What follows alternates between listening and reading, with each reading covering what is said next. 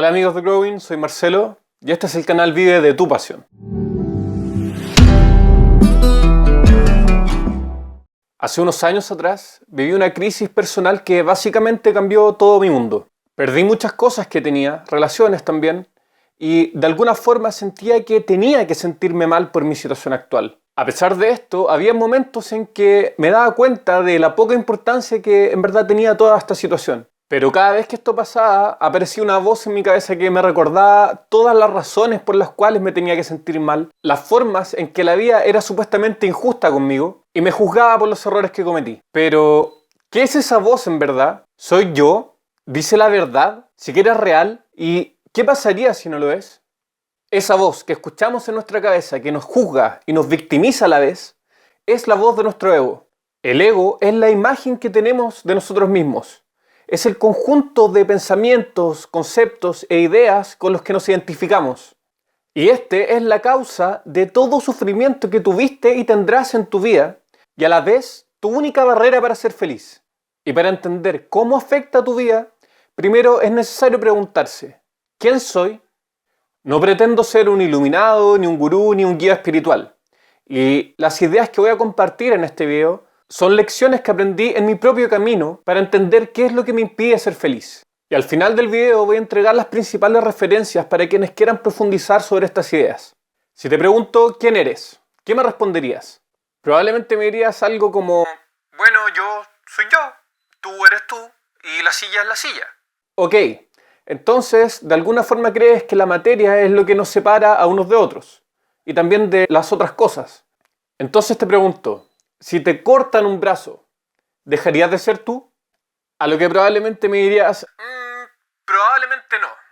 Entonces, ¿qué define que eres? ¿Dónde está el yo? A lo que probablemente me contestarías, en mi cerebro. ¿Quién soy? Está en mi cabeza.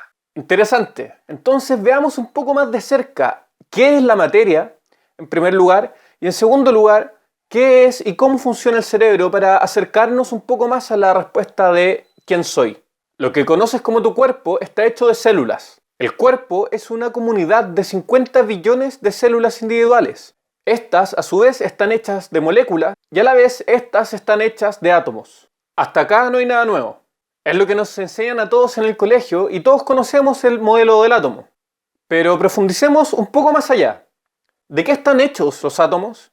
Átomo significa indivisible, o sea que no se puede dividir. Se pensó por mucho tiempo que era la partícula básica de lo cual todo lo demás está hecho. Sin embargo, hoy sabemos que esto no es así. Los átomos están hechos de partículas subatómicas y podemos ir aún un paso más allá. Lo que los científicos han descubierto en las últimas décadas es que las partículas subatómicas no están hechas de materia, sino que son vibraciones. Y como estas partículas básicas están hechas de vibraciones, todo lo demás hacia arriba también está hecho de vibraciones. El resultado es que no estamos hechos de materia, estamos hechos de ondas. Se preguntarán entonces, ¿por qué esto es relevante?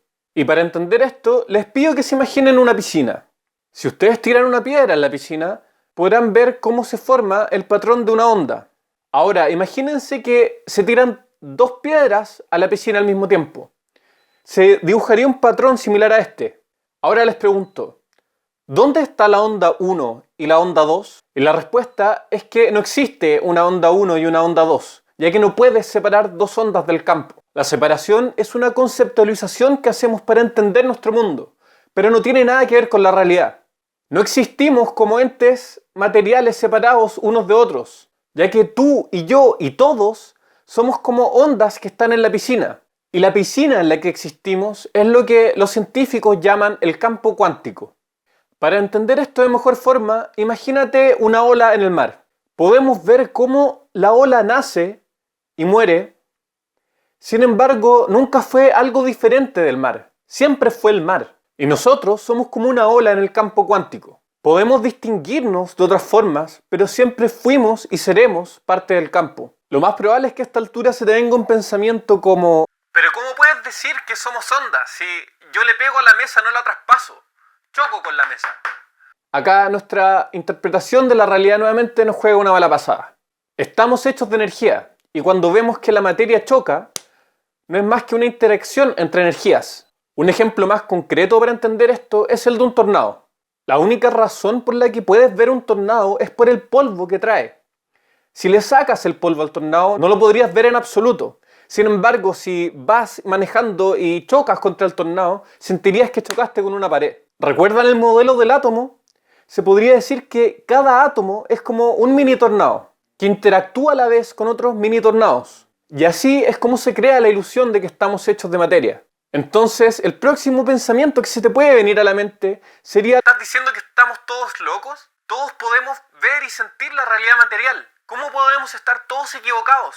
Y la respuesta es que sí, tenemos un malentendido cultural, ya que pensamos que vivimos en la realidad cuando en verdad cada uno de nosotros vive en su propia percepción de la realidad. De hecho, ni siquiera necesitamos estímulos externos para tener la sensación de que estamos viviendo algo real. Todos hemos tenido pesadillas alguna vez en nuestros sueños y sabemos que el miedo es bastante real. Sin embargo, nada de lo que ocurrió en el sueño lo fue. No tenemos miedo de lo que pensamos que tenemos miedo. Tenemos miedo de lo que pensamos. Punto. Y esta confusión trae muchos problemas a nuestras vidas. Para entender esto un poco mejor, vean la siguiente imagen. ¿Qué ves en esta imagen? La mitad de las personas ve a una joven y la otra mitad ve a una anciana. ¿Cómo enfrenta la gente esta situación y toda situación en su vida? Es que creen que hay solo una respuesta correcta y es la que ellos ven. Sin embargo, en esta imagen se puede ver a una joven y a una anciana. Pero la realidad es que no hay ni una joven ni una anciana, son un montón de rayas sobre un papel. Tendemos a pensar que percibimos la realidad dependiendo de cómo la veamos. Pero somos nosotros quienes creamos tanto a la mujer joven como a la anciana y la proyectamos hacia nuestra conciencia. Veamos ahora la siguiente imagen. ¿Puedes ver el triángulo blanco en el medio? Fantástico, todos lo podemos ver. Y lo mejor es que no existe un triángulo en el medio. Tú lo estás inventando. Es una ilusión creada por la mente para hacer sentido del espacio negativo. ¿No es interesante esto? Piénsalo por un minuto. Inventamos algo, todos lo podemos ver y en verdad no existe. Me pregunto si esto tendrá alguna consecuencia con respecto a cómo vivimos nuestras vidas. Ahora, ¿cómo es entonces que la mayoría de las veces estamos de acuerdo con respecto a qué es o no es real? Esto ocurre porque en nuestra infancia aprendemos a percibir la realidad como la perciben las personas de nuestro entorno. Nuestros padres captan nuestra atención, nos enseñan sus creencias y establecemos acuerdos con estas personas sobre qué es o no es real, sobre quiénes somos y cuál es nuestro rol en la sociedad. Adquirimos condicionamientos sociales que pasan a ser parte de nuestro subconsciente y que muchas veces dirigen nuestras vidas. Y dentro de otras cosas aprendemos el concepto del yo. Y creemos en nuestra propia existencia como algo diferente del resto.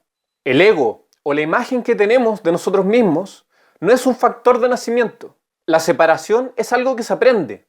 Una vez que se siembra la semilla de nuestra propia existencia en nuestra mente, comenzamos a buscar evidencias de que esto es real. Y solo podemos encontrar esta evidencia en la comparación y diferenciación con el resto. Comenzamos a buscar de qué forma somos especiales e importantes y cómo las demás personas no lo son, porque es la única forma de justificar nuestra existencia. Finalmente, como dije al principio, esta es la fuente de todo sufrimiento en tu vida, ya que en última instancia, la idea de tu propia existencia es solo un pensamiento que proyectas a tu conciencia. No es real, y como no es real, su destino es morir. Sufrimos porque resistimos la realidad, resistimos el presente. Vemos evidencia de que la imagen que creamos de nosotros mismos no es real y terminamos culpando al resto o a nosotros mismos por no cumplir nuestras expectativas. Ahora, como dije, la idea del yo está en nuestra mente y puedes callar este pensamiento y sentir lo que está más allá del pensamiento. Y lo digo en un sentido totalmente práctico. Jill Bolte Taylor, una neurocientífica que debido a un derrame cerebral que apagó su hemisferio izquierdo, tuvo una experiencia de iluminación, cuenta cómo este evento apagó el pensamiento y el sentido del yo, y pudo sentir lo que estaba más allá del pensamiento. Por otra parte, como cuenta Stephen Kotler en su libro The Rise of Superman, en Estados Unidos la milicia experimenta con sus soldados apagando partes del cerebro de manera de crear experiencias de flow intensas. Si no sabes lo que es flow, mira este link. Y en estas experiencias también se pierde el sentido del yo. y se entra en un estado de superaprendizaje, creatividad y foco absoluto. Menciono estas experiencias por dos motivos. La primera es que nos gusta pensar en el cerebro como un computador donde se corre el software de la conciencia. Sin embargo, en estas dos experiencias, por apagar partes del cerebro, las personas no estaban menos conscientes, sino que estaban conscientes de otras cosas. Lo que esto quiere decir es que un mejor modelo para entender la interacción entre el cerebro y la mente es que la conciencia es el computador y el cerebro, con sus distintas partes y estados, son los software que puede correr la conciencia. Y al igual que un software, los puedes actualizar, cambiar o desinstalar. Y esto cambiará lo que se va a proyectar a tu conciencia. Nuestra realidad personal, nuestra percepción de la realidad, se crea por nuestros pensamientos y son estos los que se proyectan a nuestra conciencia. El segundo motivo es evidenciar que la vida no necesita del yo para existir. En estos dos casos se apagó la parte del cerebro donde se corre el software del ego. Sin embargo, no se apagó la conciencia. De hecho, se podría decir que se expandió la conciencia, ya que no está limitada por la forma y la estructura del ego. Al no tener nuestra atención en la idea que tenemos de nosotros mismos y cómo nos relacionamos y diferenciamos con el mundo, podemos ocupar esta energía en expandir la conciencia. Ahora, ya sé que el título de este video era algo relacionado con descubrir quién eres. Lamentablemente, esta es una pregunta que no te puedo responder. Te puedo decir que eres tu conciencia, que eres vida, que eres todo. Sin embargo, estos son solo conceptos, abstracciones que no van a pasar la barrera del ego para llegar a un entendimiento real. La única forma de saber quién eres es sentir quién eres. Y esta es la razón por la que nadie puede contestar esta pregunta por ti. Esta también es la razón por la que las tradiciones espirituales no dan una respuesta a esta pregunta, sino que dan guías y señalan la respuesta.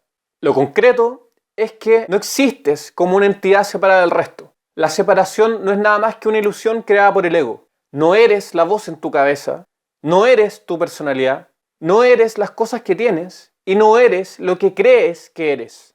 Este video es una invitación a comenzar a preguntarte quién soy y empezar a evidenciar tu ego y verlo como tal. A darte cuenta que la voz que está en tu cabeza, que se hace pasar por ti, no eres tú.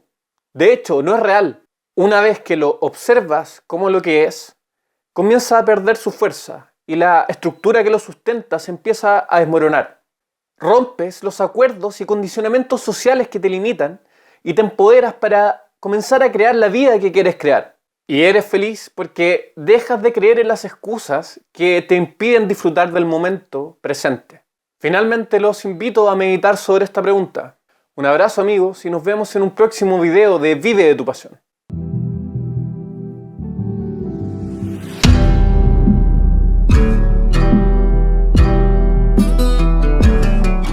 Estas sensaciones es lo que hace que la gente se haga adicta a los deportes extremos y arriesgue su vida, o que se encierre a escribir durante días sin salir de su casa. Pero este nivel de motivación no va a llegar por sí solo a tu vida, es algo que tienes que cultivar. En otras palabras, lo que trato de decir acá es que nadie nace con una pasión en su vida. Uno desarrolla su pasión, y es tu responsabilidad hacer que esto ocurra. Ahora,